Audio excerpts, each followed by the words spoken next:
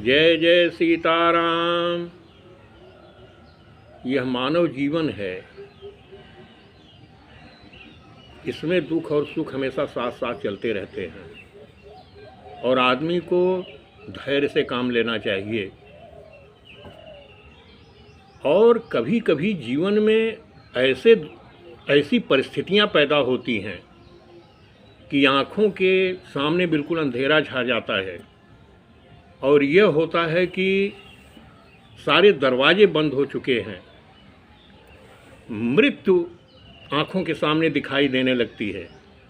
ऐसी दशा में शास्त्र कहते हैं, रामचरितमानस कहता है, ऐसी दशा में किसी संत की शरण में जाना चाहिए। आइए रामचरितमानस में ऐसा एक प्रसंग आया है जिसको हम आज प्रस्तुत कर रहे हैं। भगवान श्री राम अरण्यकांड में जब गोस्वामी जी ज्यों ही प्रवेश करते हैं, एक घटना का वर्णन करते हैं। और घटना क्या है?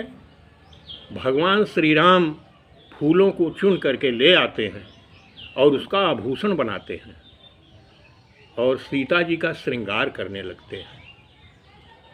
तो एक बार चुन कुसुम सुहाए और निज कर भूषण राम बनाए।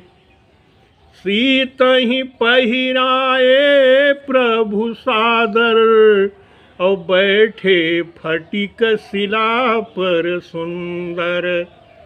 माँ जानकी भगवान श्री राम स्फटिक शिला पर बैठे हैं। माता जानकी का भगवान श्री राम अपने हाथों से श्रृंगार कर रहे हैं। उसी समय इंद्रपुत्र जयंत आता है और देखता है। उसके मन में यह भ्रम पैदा होता है कि यह इनको लोग ब्रह्म कहते हैं, लेकिन यह ब्रह्म नहीं हो सकते। यह तो साधारण आदमी की तरह बिल्कुल अपनी पत्नी का श्रृंगार कर रहे हैं। यह सच्चिदानंद घन भगवान नहीं हो सकते, यह परमपिता परमेश्वर नहीं हो सकते। तो उसकी समझ में आया कि आइए इनके बल और पौरुष को देखा जाए। वो तुरंत कौवा बन करके आया कि सुरपति सुत धरि बायस बेसा और 60 चाहत रघुपति बल देखा। दुष्ट है ना, जयंत दुष्ट है, क्योंकि जिसको भी भ्रम पैदा हो गया। भगवान की अनेक लीलाएं हैं। जो सज्जन लोग होते हैं, सत्पुरुष होते हैं, वो सारी लीलाओं को समझते हैं कि यह प्रभु की कृपा है। लेकिन बहुत से लोग भ्रमित हो जाते हैं। जयंत उसी में से है। और वो जो है भगवान श्री राम के बल और पराक्रम को देखना चाहता है और कौवा बन करके आता है। कौवा बन करके आता है और करता क्या है कि सीता चरण चोंच हति भागा और मूढ़ मंदमति कारण कागा। मूढ़ है, मंदमति है, इसलिए वो सीता जी के माता जी के चरणों में चोंच मारता है। 1 चोंच, 2 चोंच, 3 चोंच, और पैर से खून बहने लगता है। तो चला रुधिर रघुनायक जाना और सीक धनुष सायक संधाना। तो प्रेरित मंत्र ब्रह्म सर धावा चला भाज बायस भय पावा। ज्यों ही खून बहने लगता है, माता जी के चरणों से श्री राम जी देखते हैं, वो सहन नहीं कर पाते हैं और जिस चटाई पर बैठे थे वहीं से एक सींक निकाल करके और उसको ब्रह्म मंत्र से अभिमंत्रित करके और जयंत के पीछे छोड़ देते हैं। जयंत भागता है, बाण पीछा करता रहता है और जयंत के पीछे हमेशा बाण लगा हुआ है और जयंत भाग रहा है कि धरि निज रूप गयौ पितु पाही, राम विमुख राखाते ही नाही। पिता इंद्र के पास जाता है और वो तुरंत भगा देते हैं, कहते हैं कि अरे भाग जाओ, ये मेरा इंद्रलोक नष्ट कर देगा, तुम कहाँ से आ गए। माने पिता भी अपना दरवाज़ा बंद कर देता है पुत्र के लिए, ऐसी स्थिति है।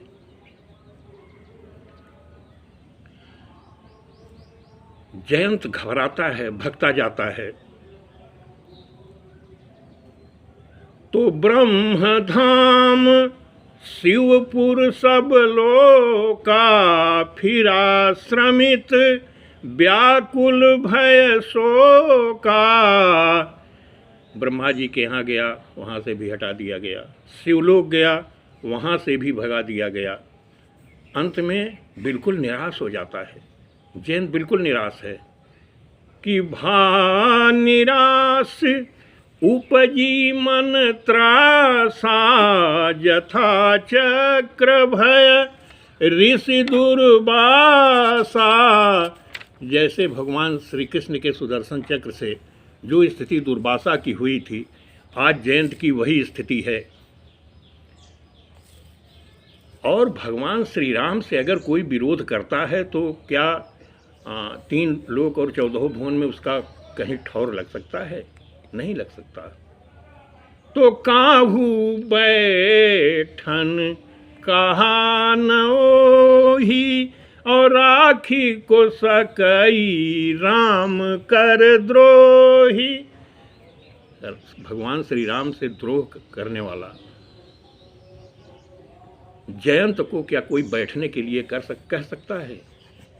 कोई रख सकता है? कोई संरक्षण दे सकता है? नहीं दे सकता। अंत में जयंत यह समझ गया कि यह ब्रह्म बाण है। आप समझते हैं कि ब्रह्म बाण क्या होता है, और वो राम बाण है। और राम बाण बगैर लक्ष्य भेद किए वापस नहीं आता, और वो जयंत के पीछे है, कौन उसको ठिकाना दे सकता है।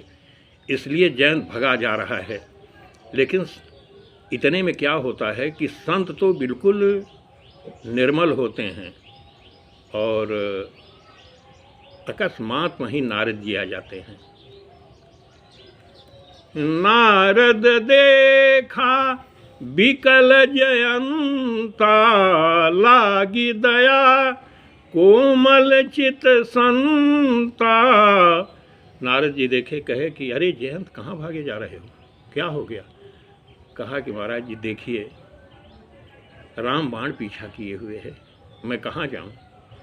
कहें एक बात सुनो मेरी, अगर यह मारना चाहा होता तो जब तुम चले तभी मार दिया होता, यह तुम्हारा पीछा कर रहा है। कहे महाराज जी मैं संत जी मैं समझ नहीं पा रहा हूँ। कहे मैं समझा रहा हूँ, मेरी बात ध्यान से सुनो। कहे मैं क्या करूँ इस समय?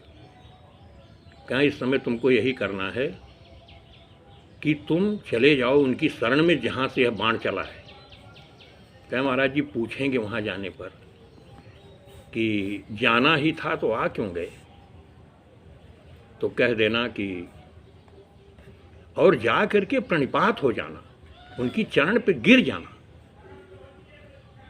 और यह कहना, अगर वो पूछते हैं कि भागना ही था तो क्यों आ गए, आप यह कहना महाराज जी इसलिए आ गए कि आपके स्वभाव को देखने के लिए, क्योंकि स्वभाव तो नज़दीक से देखे जाते हैं। कहें आना ही था तो भागे क्यों?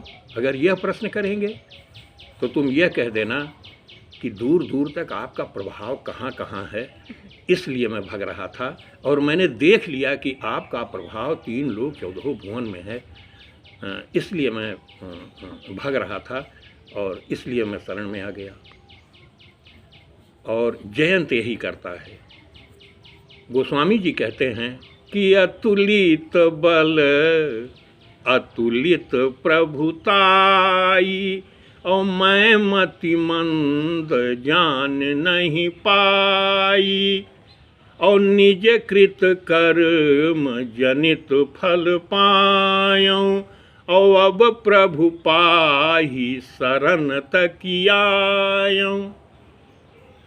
अच्छा, एक बात और भी है, मैं बताऊं कि इंद्र का पुत्र है ना, जाके प्रणिपात हुआ चरणों में, तो उसकी चोंच दूसरी तरफ हो गई, प्रभु के चरणों पर नहीं पड़ी, प्रभु के चरणों पर नहीं पड़ी, और माता सीता वहीं बैठी हैं, और उसकी चोंच को घुमा करके प्रभु श्री राम के चरणों में डाल दिया माता सीता ने। भगवान ने कहा कि जानकी, यह क्या कर रही हो? तुम्हारे लिए तो मैं इसको राम बाण छोड़ा था, अमोघ अस्त्र इसके पीछे लगा दिया था, और तुम मेरी चरणों में डाल रही हो।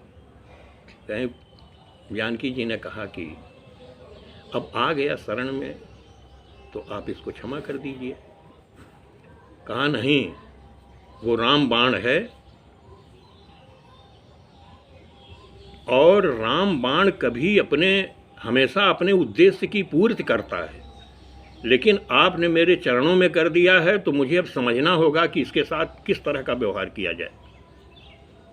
भगवान श्री राम ने जयंत की एक आंख फोड़ दी। माता जानकी उस पर भी प्रभु श्री राम से कहें कि यह आपने क्या किया? भगवान ने कहा कि इसकी दोनों आंख रहेगी, लेकिन एक आंख हमने फोड़ दिया है, यह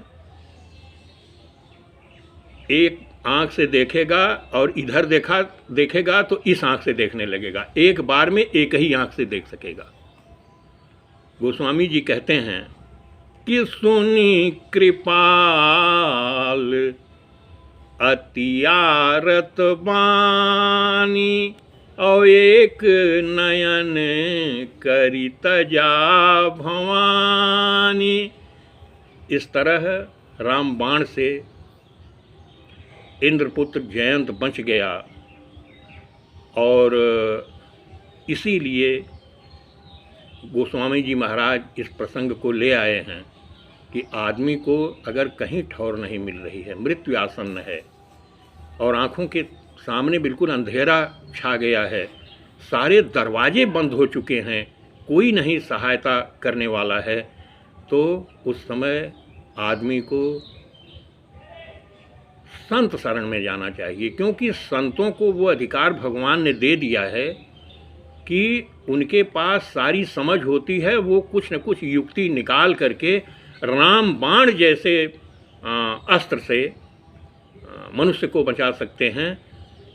गोस्वामी जी संभवतः इसीलिए इस प्रसंग को मानस में उद्धृत किए हैं, और यह कथा यहीं समाप्त होती है।